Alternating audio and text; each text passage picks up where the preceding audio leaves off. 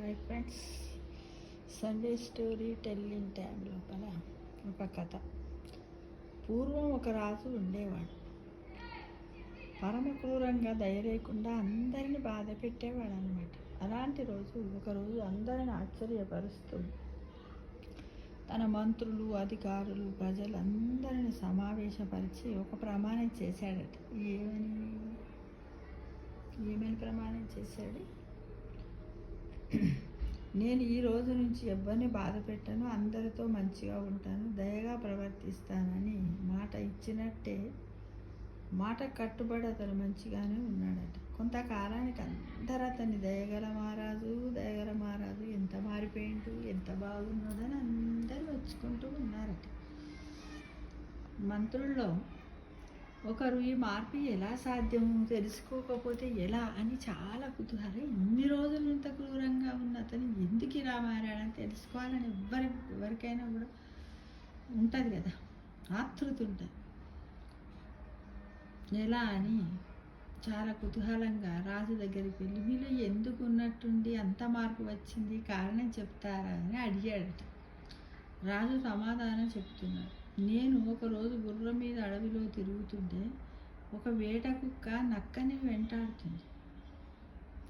నక్క కష్టపడి తన గుహలోకి వెళ్ళేలోపే వేట కుక్క నక్క కాలు కరిచింది. నక్క కుంటిదైపోయింది. ఆ రోజు కాసేపటికి పక్కనే ఉన్న ఊరికి వెళ్ళాను. అక్కడ అదే వేట కుక్క ఉంది. ఒక మనిషి ఒక పెద్ద రాయి తీసుకొని వేట కుక్క మీదకి విసిరాడు.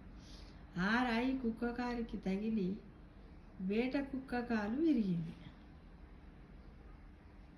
అతను కొంచెం దూరం వెళ్ళాడో లేదో ఒక గుర్రం అతన్ని బలంగా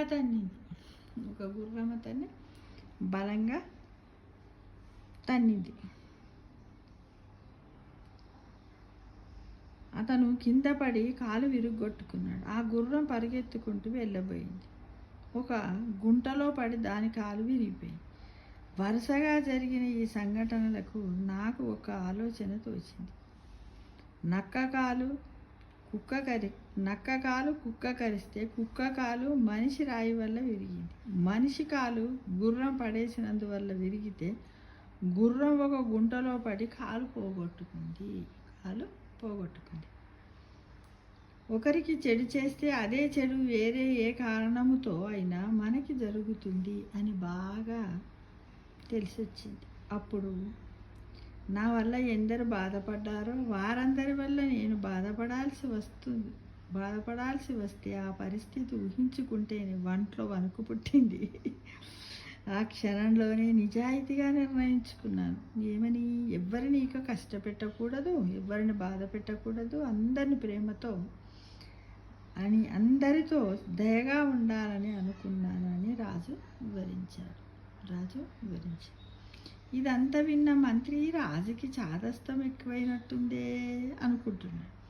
రాజు నీ పరిస్థితుల్లో సింహాసనం నుంచి తప్పించి కిరీటము నేను దక్కించుకోవచ్చు అని పన్నాగం పన్నుకుంటూ ఆలోచనలో పడి ముందున్న మెట్టు చూసుకోలేదు. మెట్ల మీద జారిపడి మంత్రి మెడ విరిగి లేవలేని స్థితికి చేరుకున్నాడు. రాజు పదవి కాదు కదా, మనిషి కూడా ఒకరి మీద ఆధారపడేలా అయ్యాడు.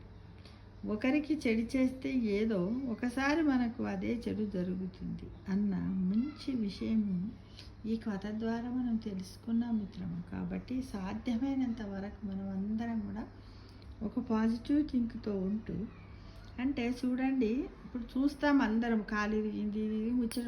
కాకపోతే ఇక్కడ ఏంటంటే రాజు యొక్క పరిశీలన బాగుంది, అబ్జర్వేషన్ బాగుంది, కంపారిజన్ బాగుంది.